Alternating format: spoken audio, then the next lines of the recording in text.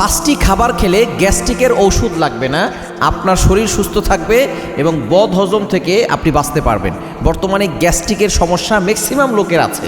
আমরা অনেকেই কেমিক্যালযুক্ত ওষুধ খেয়ে থাকি, বিভিন্ন সময় বিভিন্ন ধরনের ওষুধ আমরা খাই।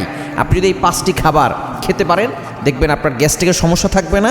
কারণ এই গ্যাস্ট্রিক থেকে আস্তে আস্তে কিন্তু বদহজম হয়ে এরপরে আস্তে আস্তে কোষ্ঠকাঠিন্য রোগ হয়, এরপরে আস্তে আস্তে বড় ধরনের সমস্যা হয়, যার কারণে শেষ পর্যন্ত অপারেশন করতে হয়। সুতরাং আপনি এই পাঁচটি খাবার খাবেন। এক নাম্বার হচ্ছে, আপনি সকালবেলা ঘুম থেকে উঠেই একটু কুসুম গরম পানি খাবেন।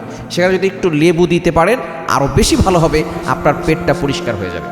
আমরা পানি খেতে চাই না, পানি যত বেশি খাবেন তত বেশি আপনি সুস্থ থাকতে পারবেন। ডক্টররা সর্বনিম্ন আমাদেরকে 6 থেকে 8 লিটার পানি দিনে খেতে বলেন, কিন্তু আমরা অনেকেই শুধুমাত্র ভাত খাওয়ার পরে আমরা 1 গ্লাসের হাফ গ্লাস পানি পান করি। এই জন্য আমাদের বিশেষ করে গ্যাসের সমস্যা বেশি হয়ে যায়।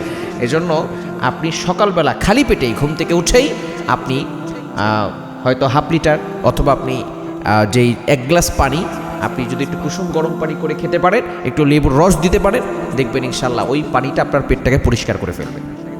দ্বিতীয় নাম্বার, আপনি সকালে খালি পেটে কালো জিরা এবং মধু খেতে পারেন। কালো জিরা 1 চা চামচ কালো জিরা নেবেন এবং আপনি মধু নেবেন, এরপর ওইটা আপনি খাবেন। কেননা কালো জিরার ভিতরে শেফা আছে, মধুর ভিতরে শেফা আছে। এটা আপনার বদহজম দূর করবে, গ্যাস্ট্রিকের সমস্যা দূর করবে, আপনার শরীরকে ভালো রাখবে, শরীরে শক্তি দিবে, অসুস্থতা থেকে আল্লাহ তাআলা হেফাজত করবেন।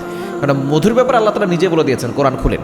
আল্লাহ পাক রব্বুল আলামিন বলছেন পবিত্র কোরআনুল কারীমের সূরাতুন নাহলের 69 নম্বর আয়াতের একটি অংশে আল্লাহ বলছেন, ইয়াখরুজু মিন বুতুনিহা শারাবুম মুখতালিফুন আলওয়ানু ফিহি শিফাউল লিন্নাস।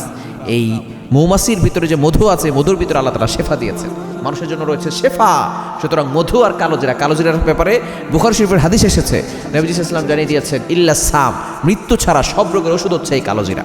সুতরাং কালো জিরার মধু অ্যাডজাস্ট করে খাবেন, বদহজম থেকে আপনি বাঁচতে পারবেন, গ্যাস্ট্রিক, অ্যাসিডিটি এগুলো সব দূর হয়ে যাবে। 3 নাম্বার, আপনি বেল খাবেন। বেল আপনার পেটটাকে পরিষ্কার করবে, বেলের শরবত খাবেন।